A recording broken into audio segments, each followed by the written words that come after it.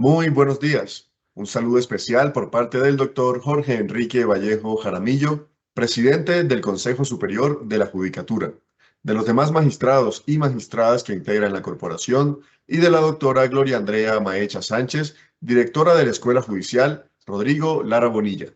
Les damos la bienvenida a esta videoconferencia denominada Inhabilidades e Incompatibilidades en el Derecho Electoral.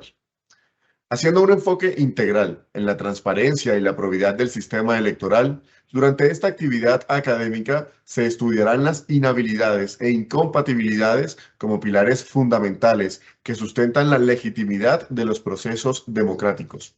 Se explorarán en profundidad las complejidades de la inhabilidad e incompatibilidad en el derecho electoral, sus diversas manifestaciones y el impacto que tienen en la participación ciudadana y la idoneidad de los candidatos. Además, serán expuestas las inhabilidades comunes que pueden afectar a los ciudadanos, garantizando una comprensión clara de las restricciones y limitaciones existentes. Otro componente de estudio será el estudio de las causales de nulidad de los actos electorales, examinando los vicios que pueden invalidar los resultados y las acciones correctivas pertinentes. Para finalizar, se analizará el conflicto de intereses, la afectación a la imparcialidad y la confianza pública y su prevención y gestión eficaz en el ámbito electoral. Para esta actividad académica tenemos el gusto de contar con el doctor Jorge Eliezer Lorduy Viloria, abogado especialista en Derecho Administrativo, Derecho Procesal, Derecho Penal y Criminología de la Universidad Libre. Ha realizado estudios especializados para optar al título de doctor con la Universidad de Buenos Aires en Argentina. El doctor Lorduy cuenta con una experiencia de 24 años como docente de cátedra en Derecho Público. Fue asesor del municipio de Sincelejo durante 13 años, juez administrativo durante 16 años y actualmente magistrado del Tribunal Administrativo de Sucre. Su amplia trayectoria laboral y académica le ha permitido publicar artículos sobre el concepto de jurisdicción y asumir el conocimiento de complejos procesos relacionados con el derecho administrativo y el derecho electoral. Al doctor Jorge Eliezer Lorduy expresamos nuestro agradecimiento. Bienvenido. Tiene el uso de la palabra. Es un gusto tenerlo con nosotros. Muy buenos días. Muchas gracias, doctor José Camilo Flores Rodríguez, profesional universitario de la Escuela Judicial. Un saludo muy especial y extensivo a la doctora Gloria Andrea Maecha Sánchez, directora de la Escuela Judicial Rodrigo Lara Bonilla, así como del señor presidente y de la antigua presidente, doctora Alejandra Remolina Botiar, del Consejo Superior de la Judicatura, y a todos los servidores y servidoras judiciales. Además, a todas las personas que se hayan conectado a esta videoconferencia. Para mí es un honor y un compromiso haber sido invitado a tratar este tema tan importante como es las inhabilidades e incompatibilidades dentro del derecho electoral. Pues bien, a partir de este entorno, pues aspiro y espero que tiene algunas expectativas. Ciertamente es un tema bastante estudiado y decantado, pero que nunca deja de asombrar las diferentes maneras evolutivas que surgen desde el ámbito de la función administrativa y desde el ámbito de la colectividad y de la sociedad. Dentro de este enfoque, pues voy a comenzar inicialmente compartiendo una diapositiva, el cual nos sirva de orientación para, pues, desarrollar en plenitud esta pequeña charla, que si bien es cierto, pues, como le digo, es una charla bastante conflictiva desde el enfoque mismo de la historia. Entonces comenzaremos planteando una introducción, una breve historia sobre lo que es las inhabilidades e incompatibilidades a través del desarrollo de la sociedad. Concepto de inhabilidades e incompatibilidades, así como la normatividad y la jurisprudencia que ha venido planteándose sobre el particular. La finalidad es un propósito de los mismos, las características y diferencias de las inhabilidades e incompatibilidades, y como las causales clases y sobre todo las generales o comunes para toda la comunidad. También plantearemos conflictos de intereses y cerraremos ese entorno con las causales de nulidad de los actos electorales y unas pequeñas conclusiones. Pues bien, vayamos entonces a ver nuestra primera. Aquí del enfoque en la introducción estoy planteándole una serie de eventos que ocurren constantemente. Una serie como el caso del señor Juan, que resulta electo alcalde de Macondo, siendo el hermano del actual gobernador del departamento de Macondo. O el señor José, que ejecutó un contrato de obra pública con el municipio 6 meses antes de la elección y resulta electo concejal en ese mismo municipio. O de la señora Juana, procuradora provincial en el departamento de Macondo, que renuncia 6 meses antes de la elección de gobernadora y fue electa gobernadora. O del señor Pedro, condenado por peculado hace 10 años y aspira a ser contralor municipal y es elegido para ello. Lo mismo del señor Julio, que siendo concejal por el Partido Blanco, se inscribe y es elegido senador por el partido. Solo. Estas situaciones están ajustadas al ordenamiento jurídico, se encuentran dentro del campo de la moralidad administrativa, o por el contrario, son irregulares. No o sí. Entonces miraremos este entorno inicialmente de este estudio que refleja la parte histórica para entrar a mirar cómo se ha estructurado a través del tiempo la inhabilidad e incompatibilidad. Comenzaremos con la época antigua, orígenes. Si bien en la época antigua la concentración de poder es lo que se quería evitar, hasta el punto que las sociedades antiguas tenían varios focos de poder, tanto como el consejo de ancianos, como un jefe militar y como un jefe espiritual. Pero la esencia fundamental allí se visualizaba en que quien accediera a esos campos, para evitar la concentración de poder, había una división en tal enfoque y por tal permitía pues los abusos de poder, evitar los abusos de poder. En la República Romana, por ejemplo, existían limitaciones para que una misma persona ostentara cargos o para que ciertos funcionarios tuvieran intereses privados en asuntos públicos. Asegurar la lealtad y la imparcialidad dentro de los regímenes monárquicos o feudales, aunque no se hablara de elecciones populares, en el sentido moderno se debía garantizar que la persona que estaba al servicio de la corona del monarca fuera una persona idónea que sirviera efectivamente tanto al monarca como a la colectividad.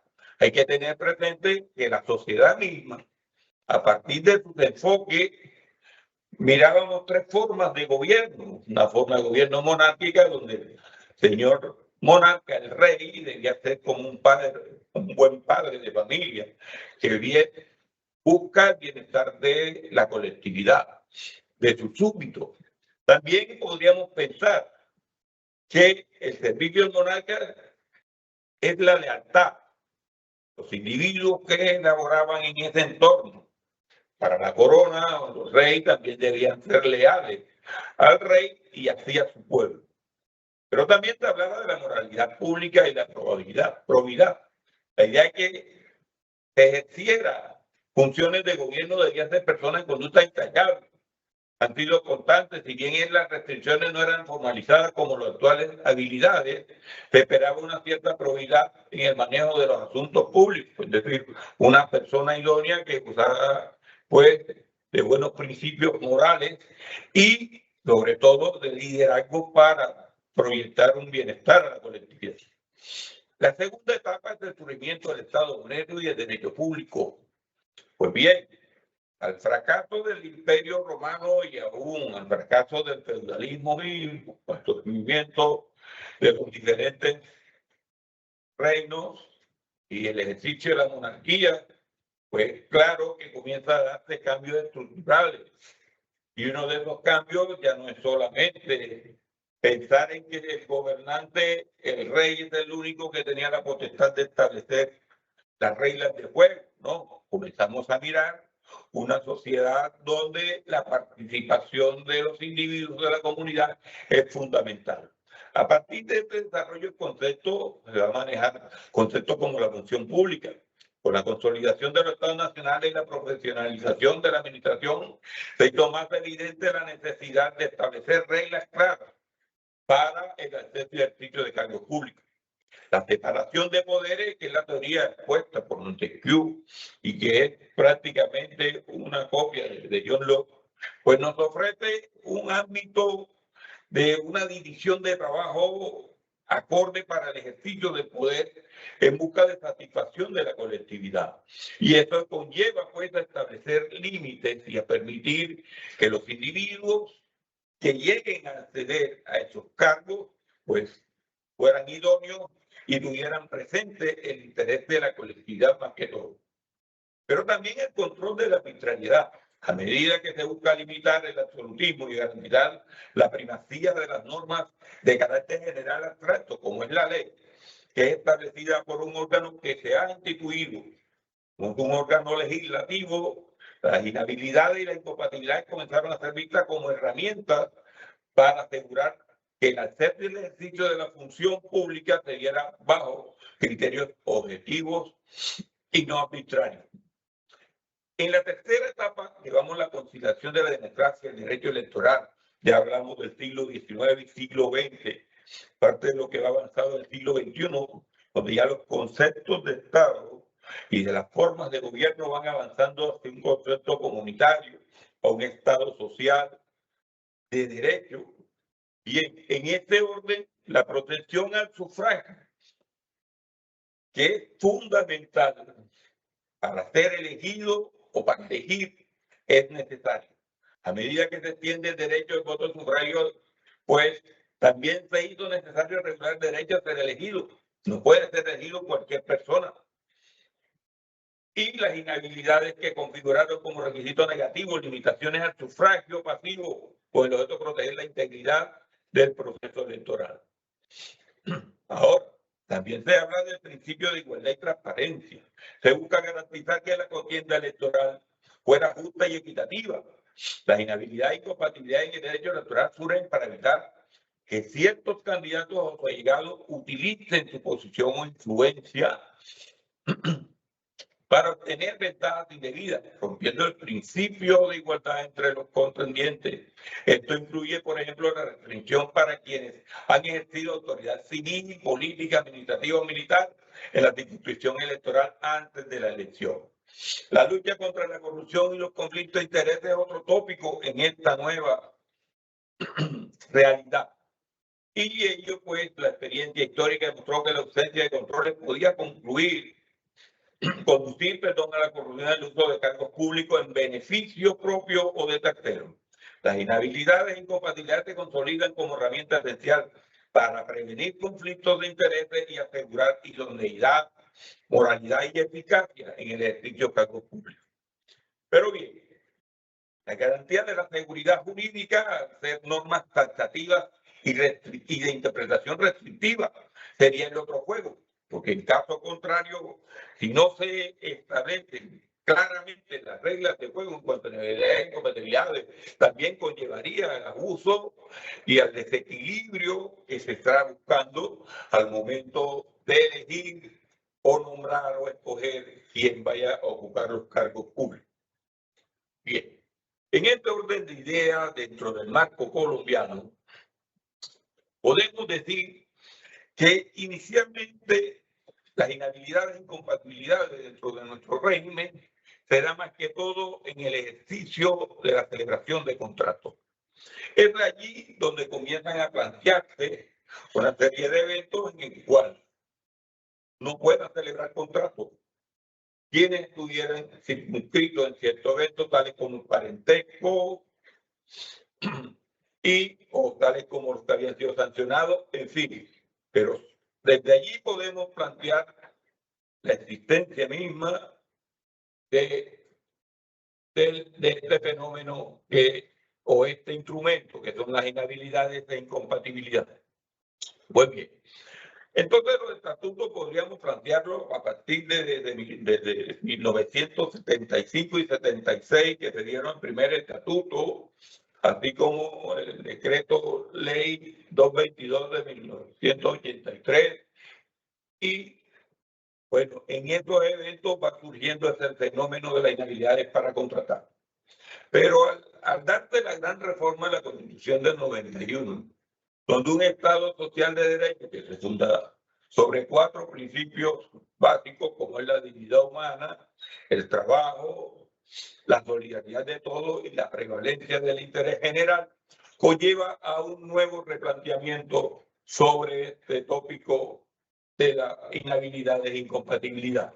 Surge, o mejor acá, se busca una mejor manera de poder adecuar o establecer estas reglas claras para saber o para controlar los que llegan a manejar los recursos públicos, a los que van a servir a la comunidad y a la sociedad en general. Artículo como el 126, que fue modificado por el Acto de Ley de 2015, que prohíbe el nombramiento, postulación o contratación entre parientes o con parientes hasta el 4º grado con sanguinidad, 2º de afinidad y 1º civil, entre otros, son claves para este aspecto. Así también la Ley 80 de 1993, que es el Estatuto de la Contratación Estatal, que establece en su artículo 8 y 9 las inhabilidades e incompatibilidades, que es el que comienza a regular y establecer las formas que son taxativas, las causales que impiden participar en licitaciones, concursos y celebrar contratos con el Estado, bien sea por naturaleza de parentela, parentesco, bien sea porque han sido sancionados, o bien sea porque han incumplido contratos, etcétera. Ahora, si llegamos al régimen disciplinario, podríamos decir que la ley 734, que ha sido reformada por la ley 1952, esta ley sucesora ha regulado inhabilidades derivadas de sanciones disciplinarias, estableciendo la duración y el tipo de inhabilidad general o especial. Hay que recordar que ya en la Constitución del 91, el artículo 122 trae expresamente esta inhabilidad e incompatibilidad producto de condenas penales y, claro, y de sanciones de orden disciplinaria, que es lo que adopta acá la ley 1952 de 2019. Ahora, también está regulado sobre la corrupción, así la ley 1474 introdujo importantes modificaciones en el régimen buscando combatir la corrupción de manera efectiva y más que todo en el ámbito de la contratación estatal. Asimismo, la ley 1778 dicta normas sobre la responsabilidad de las personas jurídicas por actos de corrupción transnacionales y establece sanciones y habilidad para contratar con el Estado, al igual que la ley 2014, que regula las sanciones para condenados por corrupción y delitos contra la administración pública, eliminando beneficios penales y modificando el régimen de inhabilidad para contratar con el Estado. Asimismo, la Corte Constitucional y el Consejo de Estado, a través de su desarrollo jurisprudencial, han sido incisivos en mantener y establecer las inhabilidades deben ser taxativas y su interpretación restrictiva, buscando en esencia preservar ese derecho fundamental de acceder a los cargos públicos, ese derecho fundamental de ser elegido. Y por ello, pues, ese control permite, a través de la búsqueda de acceder a la función pública y la necesidad imperante de garantizar la probidad, la eficiencia y la transparencia en la administración de los recursos y asuntos públicos. El régimen actual es el resultado de un proceso evolutivo marcado por leyes y sentencias que han buscado fortalecer los mecanismos de control y prevención de la corrupción y el conflicto de intereses. Pues bien, ahora, pasando al siguiente evento, miramos el artículo 40 de nuestra Constitución Política. En ella, cuando dice todo ciudadano tiene derecho a participar en la conformación, ejercicio y control del poder político, para hacer efectivo este derecho puede, en primer lugar, elegir y ser elegido. Y en último, tenemos acceder a los desempeños, funciones y cargos públicos. Hago énfasis en estos 2 puntos porque es lo que hoy trasciende en el estudio que estamos haciendo de nivelidad de incompatibilidad. Si ustedes vieron los primeros ejemplos que planteé en la primera diapositiva, pues pueden encontrar ustedes que si bien podríamos decir que todos tienen derecho a elegir y ser elegidos o acceder a cargos públicos, también tienen unas limitantes. Y a partir de entonces de estas limitantes que son las inhabilidades.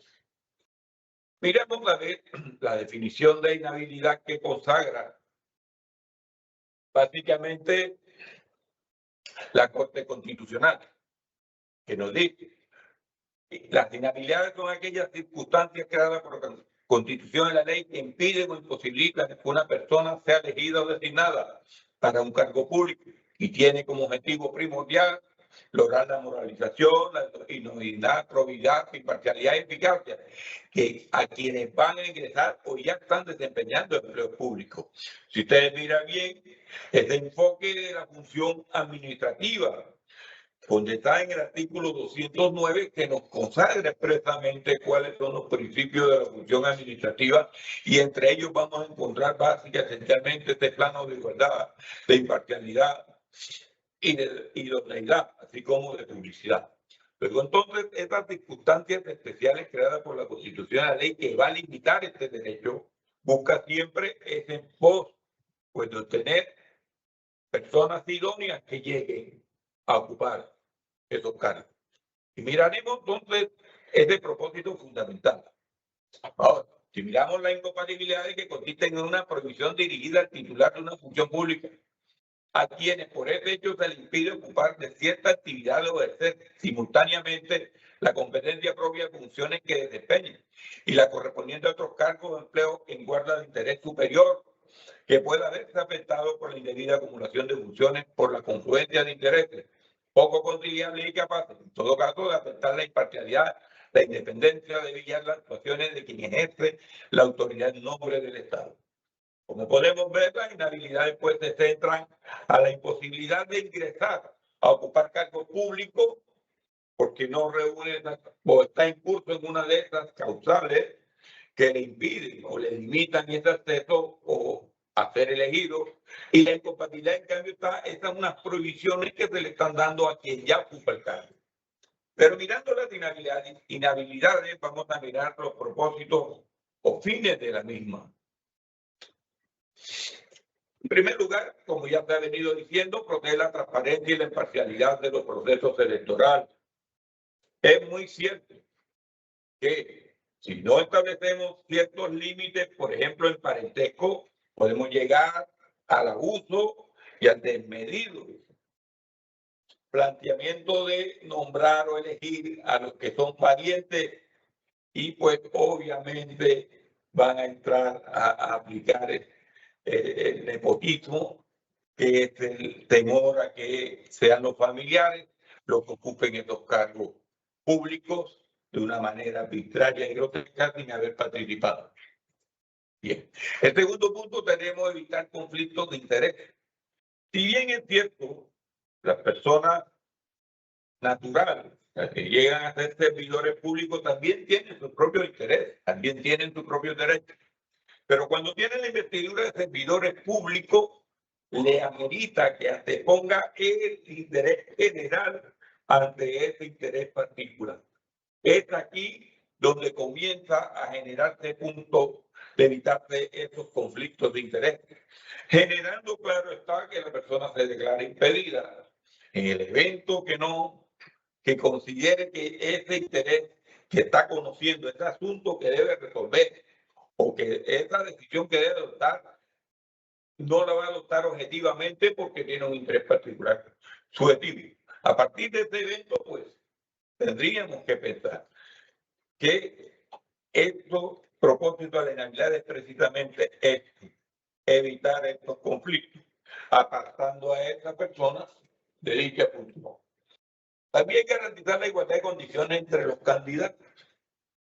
Pues claro está, si alguien que está dentro del seno del poder en el ejercicio de funciones públicas que puede tener a su disposición todo un cúmulo de recursos para lograr obtener su elección, pues es claro que va a romper el plano de igualdad para aquellos otros ciudadanos que no están dentro del ejercicio de funciones públicas, que no están aún dentro del poder, y por ello pues va a haber un desequilibrio y una desigualdad tal que obviamente en esta desventaja no va a poder acceder a esos cargos públicos. Bien. Ahora, preservar la moralidad y la ética en la función pública. Si bien es cierto, pues las inhabilidades que nosotros vemos de las personas que han sido sancionadas, por ejemplo, en el caso de las sanciones disciplinarias, que ha sido sancionado 3 o más veces dentro de los 5 años, y es una persona que pierde la confianza que le tiene pues la comunidad y la colectividad ante su buen desempeño como servidor público. Y es allí donde juega un papel preponderante, tener que decirle no puede participar, no puede ser elegido, no puede ser nombrado. ¿Por qué? Porque en esencia sus antecedentes nos van a indicar que no va a ser confiable y se va a estar afectando de una u otra manera esta probidad y esta idoneidad de la persona, afectando, claro, está la moralidad administrativa. Y por último, asegurar la idoneidad y probidad que quien aspira a cargo de elección popular, pues toda persona que aspire a cargo de elección popular, que expone su proyecto ante la comunidad, debe ser una persona idónea, tanto intelectual como moralmente. Debe reunir estos requisitos de probidad, de transparencia. Y, claro, no debe tener realmente interés particular alguno, no más que servir a la colectividad. El cargo de elección popular pues implica una vocación de servicio única y por ello es uno de los fines de la inhabilidad, brindarle oportunidad a quien realmente sacrifica su interés particular ante el interés general. Muy bien. Ahora sí miramos a ver las características de las inhabilidades. Tenemos en primer lugar que son taxativas, son creadas por la Constitución o por la ley. Realmente no puede existir fuera de este marco jurídico a inhabilidades que no estén contempladas dentro de esta Constitución y la ley. No se puede hacer extensiva analógicamente, que sería aplicación estricta y restrictiva, porque aún a pesar de que podamos pensar en una interpretación teleológica o finalista, estaríamos afectando el principio pro hominem y este principio de libertad para acceder a cargos públicos si hacemos extensiva una regla restrictiva de derecho. Y así pues lo ha dicho la Corte Interamericana de Derecho en muchos de sus eventos. No se puede restringir el derecho a acceder si no está plenamente contemplado dentro del ordenamiento jurídico. Además, debe existir al momento de la inscripción de la candidatura o al momento de la elección.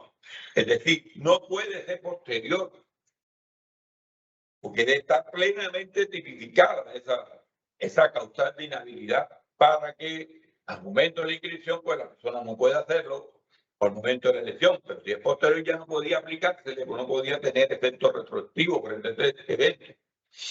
Y también que busca evitar que personas con antecedentes negativos, situaciones que comprometan su independencia accedan a cargos públicos. Esta es una de las preocupaciones, de las mayores preocupaciones, muy a pesar que la política criminal nos plantea que estamos en un borde de resocialización.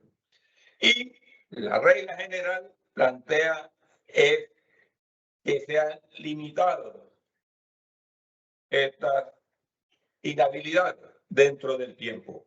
Pero la Constitución ha establecido esta inhabilidad de carácter temporal, sobre todo lo que tiene que ver frente a situaciones producto de condenas penales y sobre todo aquellas que han hecho mella en la sociedad y que es causa del método.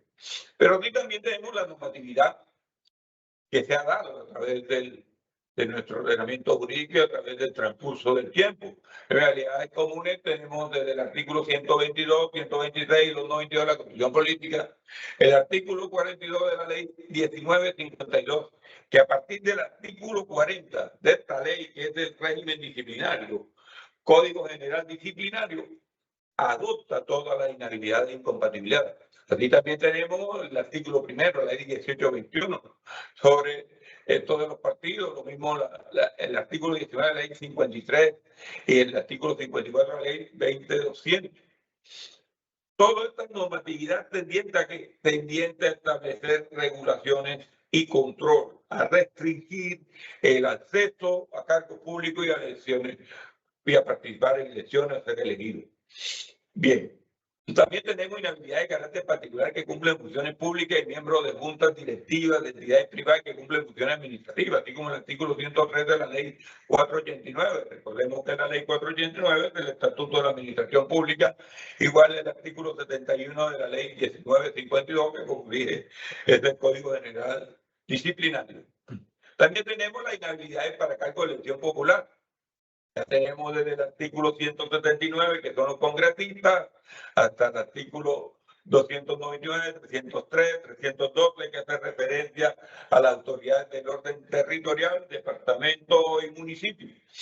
Pero también tenemos inhabilidades para presidente y vicepresidente contempladas en el artículo 197 de la Constitución Política.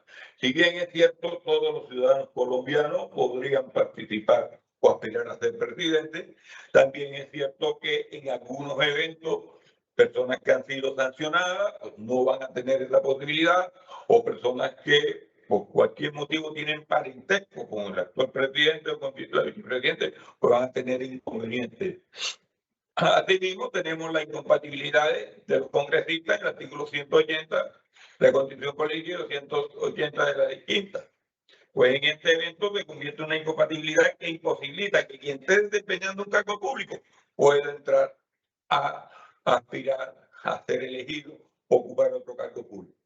También tenemos la inhabilidad para diputados y concejales, como ya dije, los artículos 299, 303, 312 de la Constitución Política, el artículo 76 del decreto 1421 del 93, el artículo 43, 124 de la ley 136 y el artículo 38 de la ley 617, que estableció los regímenes para las entidades territoriales, especialmente para los departamentos.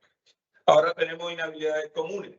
Tenemos parentesco, tenemos vínculo parentesco, hasta el tercer grado de consanguinidad, es decir, hasta los grados de tío o abuelo, segundo de afinidad, es decir, hasta los cuñados, y primero civil, con funcionarios que estén en autoridad civil o política en la misma jurisdicción.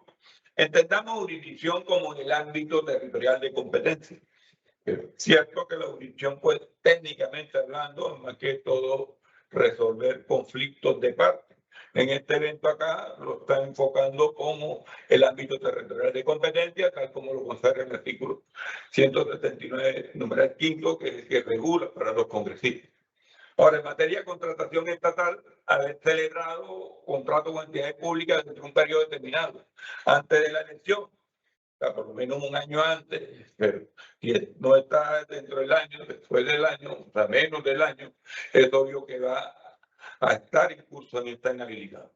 Esta es la autoridad o jurisdicción. Haber ejercido cargos con autoridad civil, política, administrativa o militar en la misma circunscripción electoral del año anterior a la elección.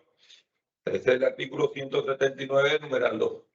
Aquí te pueden plantear situaciones en eventos cuando, por ejemplo, en materia territorial se está regulando sobre empleos del orden departamental municipal, pero deja entrever la posibilidad de aplicar esta inhabilidad cuando el empleo es del orden nacional, pero que tiene autoridad dentro del ámbito territorial. Aquí hubo, pues, un pronunciamiento teniendo en cuenta el fin de las inhabilidades, pero la Corte Constitucional reiteró y planteó de que siempre las inhabilidades son de carácter restrictiva su interpretación y estricta. No se puede aplicar analógicamente.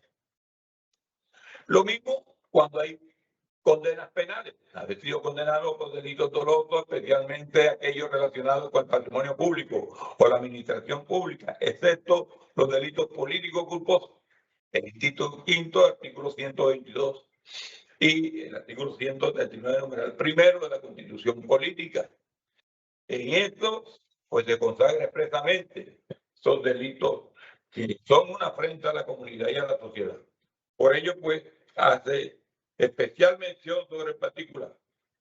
Ahora, también podemos hablar de la pérdida de investidura, haber sido objeto de pérdida de investidura por parte de congresistas, como lo que hablé del artículo 179, numeral 4, así como la pérdida de investidura que se le puede promover también a los diputados, concejales y a los miembros de las juntas administradoras locales, tal como está contemplado en la ley 1881.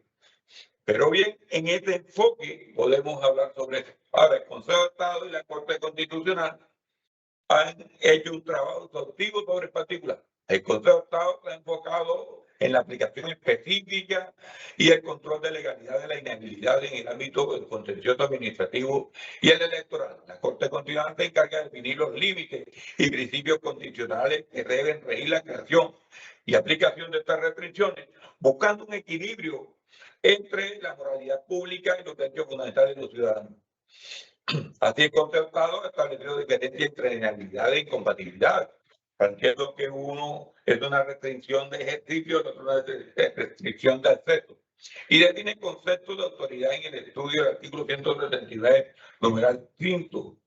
Así se dejó sentado en la sentencia de unificación del 26 de marzo de 2015. La Corte Constitucional, pues, por el contrario, pues se ha establecido más que todo para hacerle los controles constitucionales, para fijar las restricciones buscando un equilibrio o evitar que se violenten los derechos fundamentales de los aspirantes.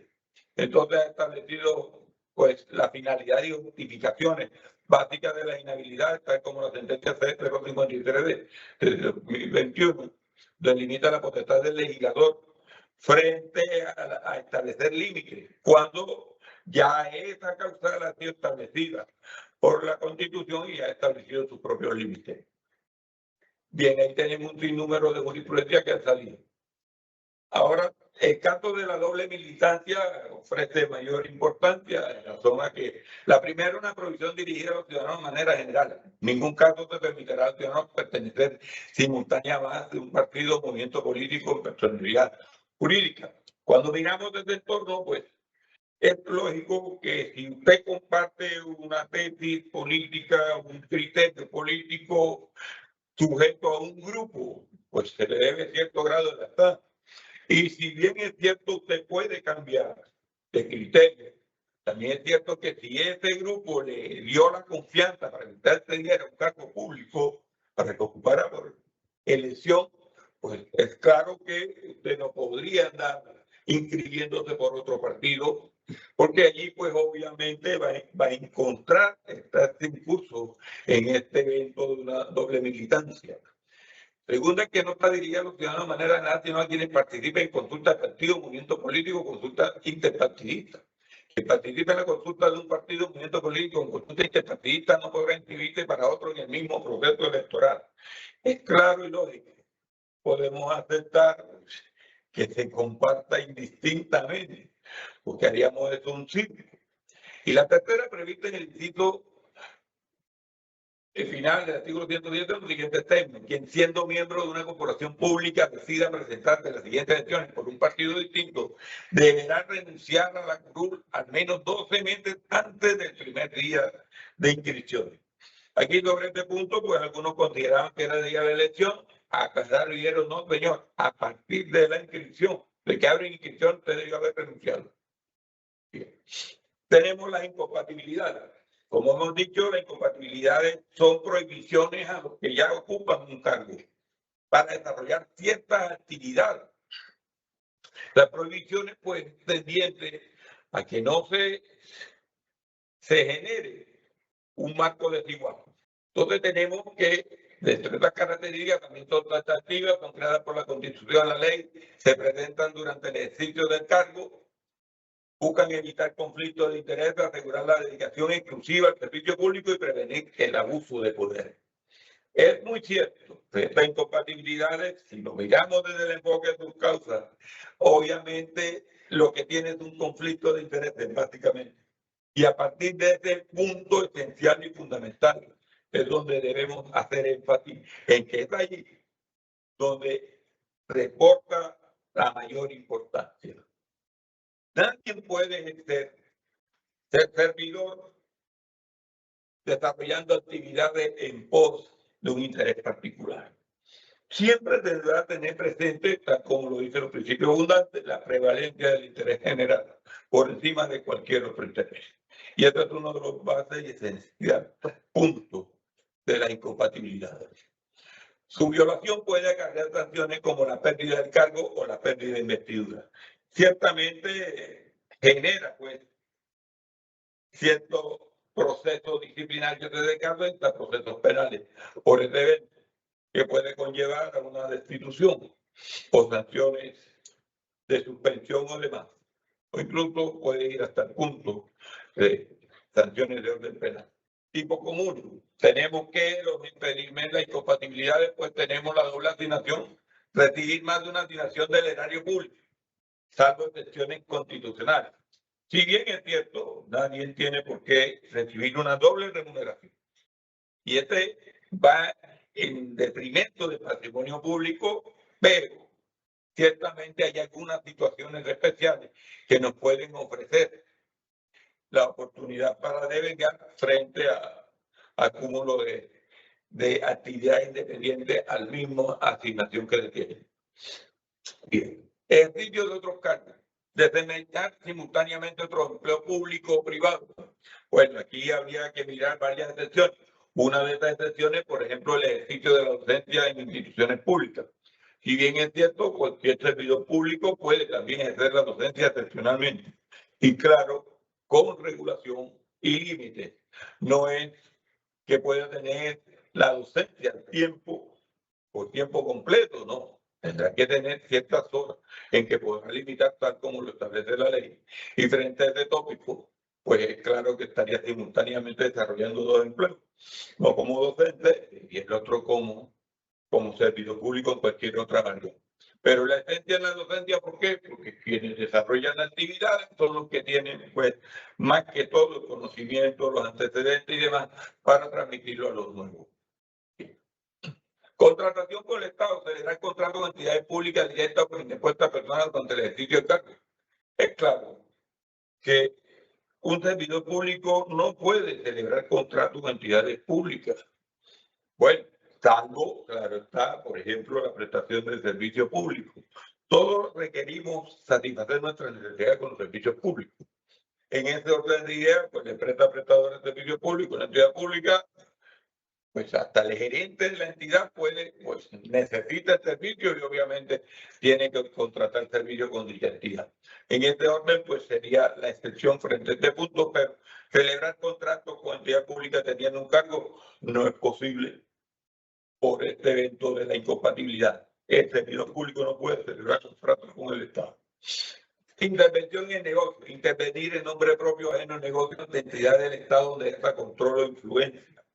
Pues fíjense ustedes, y antepone los intereses, porque cuando interviene en esos negocios donde él va a ser juez y parte, pues claro que tiene un interés particular de por medio y eso es un conflicto de intereses por el cual no es posible cuando se decide su integridad para el desarrollo de actividades exclusivamente en defensa del interés general. Mismo que tener interés, gestionar gestión de negocios, tener intereses propios ajenos ante entidades públicas. Tampoco es posible celebrar negocios no solamente cualquier privado, sino también lo público, como ya te digo. Y la normatividad, pues ahí tenemos el artículo 127, 128 y 129 de la Constitución Política, el artículo 19 de la ley cuarta, que es la ley pues que establece, o la ley marco de la administración pública en general, la incompatibilidad es para representantes legales de entidades privadas que cumplen funciones administrativas, que está establecida en el Estatuto de la Administración Pública, como es la Ley 489. La incompatibilidad es para intervenir o adquirir bienes en venta o remate. Pues es claro que debe estar conforme al artículo 43 de la ley 1952, debe tener alguna relación directa que no puede intervenir para que viene en venta o remate. La incompatibilidad para el ejercicio de la profesión de abogado. Pues en este evento obviamente no se puede llevar a cabo negocio entre el abogado y su cliente por pretexto de beneficiar a su cliente cuando le está asistiendo profesionalmente o le está prestando el servicio de abogado. Así lo establece el artículo 29 de la ley 1123. Incompatibilidades para cargo de elección popular. Artículo 180, 292 de la Constitución Política. Es claro que quien está ocupando un cargo público no puede participar en procesos de elección popular para ser elegido. Habría que renunciar con anticipación para que pueda aspirar a ello. Y incompatibilidades para contratar, tal como lo consagra el artículo 8 de la ley 80, pues los empleados públicos no pueden participar. Ahora miremos el otro tópico, que es conflicto de intereses, que es aquella cualidad de concurrencia antagónica entre intereses particulares y el interés público. Si nosotros miramos ahí ese tópico, pues es claro que afecta a la decisión a tomar y obliga a declarar impedido a quien deba tomar. Esta institución trata de impedir que prevalezca el interés privado del servidor público, congresista sobre los intereses públicos, los cuales, prevalidos de influencia, puedan obtener provecho indebido por sí o por terceros. Es decir, evitar favorecer intereses que no sean los relativos al bien común. Como se dice nuevamente, este conflicto de intereses, pues parte del supuesto que si bien la persona natural es la que ocupa el cargo público, cuando tiene la investidura, tiene su interés general. A partir de ese interés general, si él tiene algún interés particular que puede chocar con él, lo sano es que pues se aparte de ese negocio. Entonces, dentro de las clases que podemos identificar de los conflictos de intereses, podemos tener el aparente. El servidor público no tiene interés privado, pero alguien de la comunidad podría llegar a concluir, aunque sea de manera tentativa, que sí tiene ese interés. Por eso se habla de que el conflicto de interés es aparente. Puede ser que realmente pueda tener interés, pero no. En este caso, el servidor público no tiene ningún interés. El conflicto de interés potencial. El servidor público tiene un interés particular que podría influir o incidir en la decisión o tomar en cumplimiento de obligaciones como servidor público. Bueno, en este evento sí es posible, porque obviamente, como hemos dicho, la persona natural también tiene una vida aparte de ser servidor público. Y entonces en ese orden de ideas puede aparentemente llegar al choque. Pero por eso, en este momento, pues, también es posible de que no incida, aunque hay la potencialidad de que podría ser. Pero hasta este momento aún no está bien precisado que tenga aún esa potestad para influir. Y el último es el real. El servidor público ya se encuentra en una situación de conflicto de intereses. Aquí tiene que tomar decisión. Aquí sí tiene que tomar la decisión de impedir, o si no, podrá ser recusado por las personas interesadas. Las normas reguladas por el artículo 11, ley 1437 en ejercicio de funciones públicas, el artículo 286, ley quinta, que es la que regula a los congresistas, el artículo 136 de los concejales y el artículo 71 de la ley 1952, particulares que están funciones públicas. Asimismo, los árbitros, que es el artículo 16 de la 1563. Claro, los tribunales de arbitramiento, pues ellos también se le ponen causa frente al choque de intereses, tendrá que apartarse y no aceptar el encargo como árbitro. Pues bien, con este enfoque de lo que hemos visto hasta ahora, nos vamos a la fase final, que son las causales de anulación electoral o de actos electorales. Si bien es cierto, el proceso electoral es todo un procedimiento administrativo que termina o culmina con un acto definitivo de elección o de nombramiento.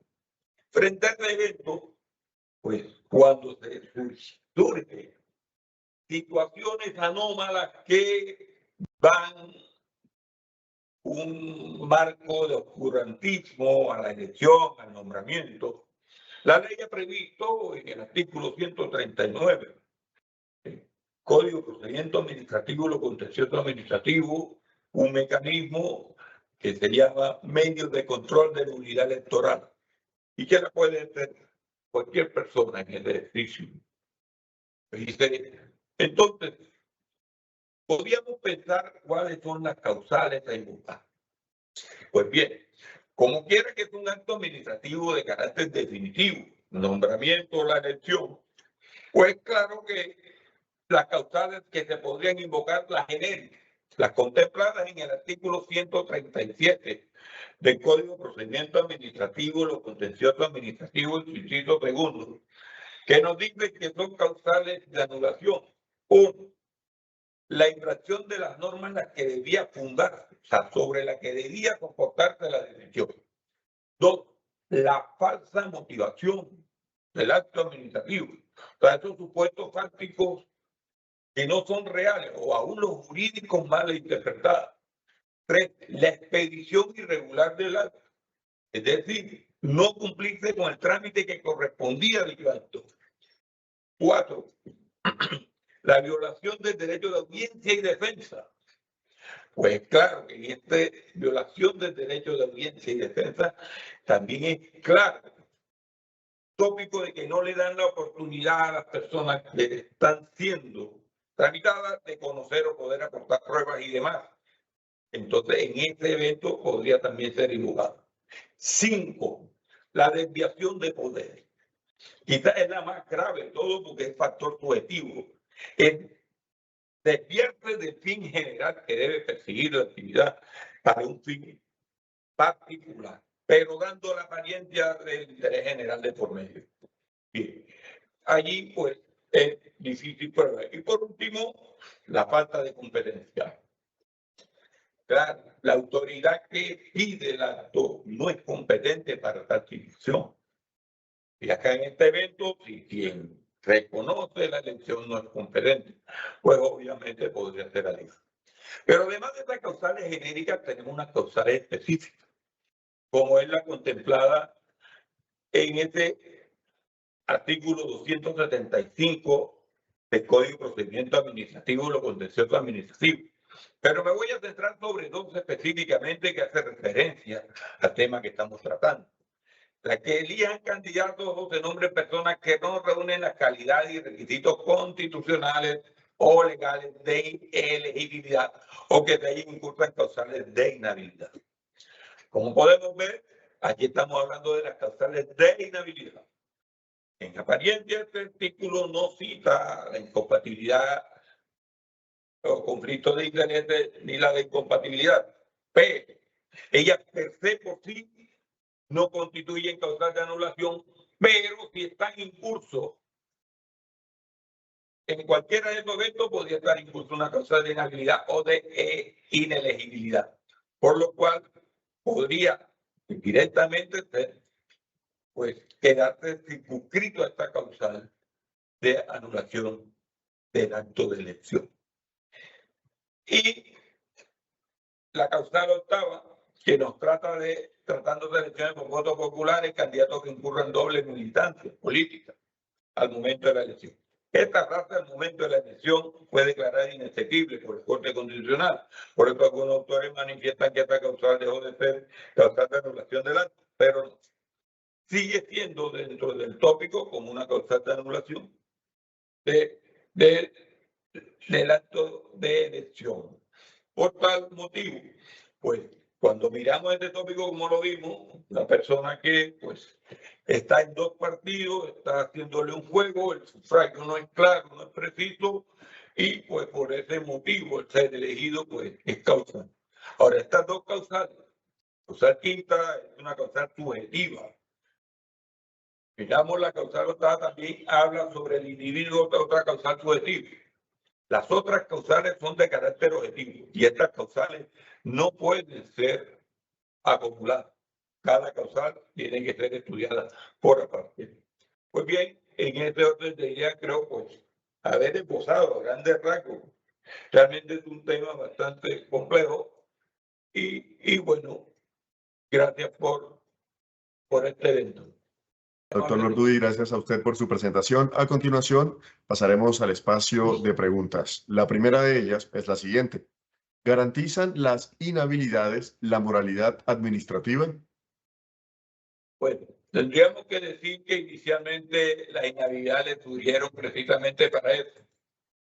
Son diseñadas para garantizar la moralidad administrativa. ¿Ello qué implica? Que es para asegurar la idoneidad, moralidad, probabilidad y eficacia en el ejercicio de cargos de funciones públicas. Por tanto, son un mecanismo preventivo que que busca evitar que personas con ciertas circunstancias, que de antecedentes penales, vínculos familiares con otros funcionarios, en determinados casos, sanciones disciplinarias, entre otros, acceda o permanezca en cargos públicos, ya que se considera que en circunstancias podría afectar el buen desempeño y la transparencia de la función pública. En conclusión, la inhabilidad es una herramienta fundamental para proteger estos principios de moralidad administrativa, al impedir que personas que no cumplen con los estándares de integridad y probidad puedan o accedan a la administración pública. Doctor, muchas gracias. Vamos con la siguiente pregunta. ¿Las inhabilidades se utilizan como una herramienta de exclusión política? Bien. En esencia, podríamos decir que las inhabilidades van a excluir a quien no reúne los requisitos, a los que están incursos en una de esas situaciones que pueden afectar la moralidad administrativa. Pero en resumen, diríamos que las inhabilidades tienen un fin legítimo y necesario en la administración pública. No obstante, la forma en que se diseñe, interprete y aplique pueden llevar a que en la práctica sean percibidas o incluso utilizadas como mecanismos de exclusión política, especialmente en entornos de alta polarización o competencia electoral. Por ello es crucial que existan normatividad clara, independiente de los órganos encargados de la aplicación y un sólido sistema de garantías. ¿Por qué?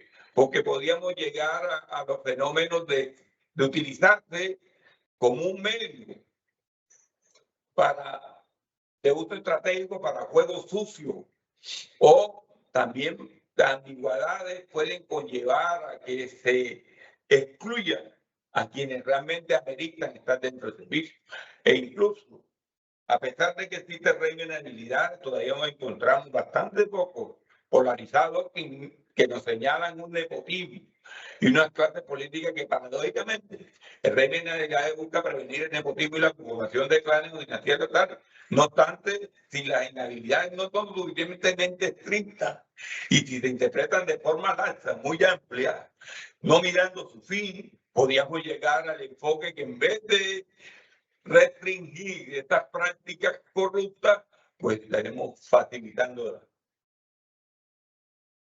Gracias. Gracias, doctor. Vamos con la tercera pregunta. ¿La aplicación o interpretación restringida de las inhabilidades es absoluta? Bien.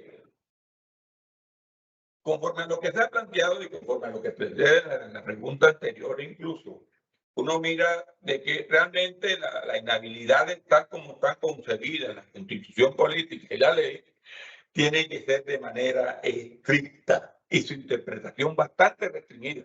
No puede ser extensiva a la lógica que afecte el principio de omnibus, es decir, el principio de derecho y de libertad. A nadie se le puede coartar la posibilidad, sino está estrictamente contemplado, bien tipificado, y su interpretación no puede ser analógica. Pero también hay principios que tienen que mirarse a partir del derecho al sufragio. Cuando una persona es elegida y a pesar de que la norma trae una inhabilidad, pero que por algún error técnico al momento de elegirla no se colocó, puede estar afectándose realmente esta moralidad administrativa, esta idoneidad del servicio. Por ello, estas normas deben ser muy precisas, pero ojo, no puede ser muy amplio, muy a pesar de lo que dice la Corte Interamericana, que la restricción debe ser mínima, porque realmente es coartar un derecho fundamental. Pero también tenemos que mirar el interés general, la moralidad administrativa, la idoneidad, la imparcialidad e incluso la igualdad frente a algunos tópicos. Doctor Jorge Eliezer Lorduy, en nombre del Consejo Superior de la Judicatura, la Escuela Judicial Rodrigo Lara Bonilla, queremos expresar nuestro agradecimiento especial por su valiosa intervención. Ok, muchas gracias a ustedes. Un placer. Feliz día. Agradecemos igualmente a los servidores y servidoras judiciales y a todas las personas que actúan en el sector justicia que se conectaron a esta conferencia virtual. Les invitamos a que nos sigan en nuestras redes sociales como Escuela Judicial Rodrigo Lara Bonilla. Recuerden que en nuestro canal institucional de YouTube encontrarán las grabaciones de las videoconferencias que hemos realizado previamente, las cuales pueden contribuir a su quehacer judicial. Muchas gracias.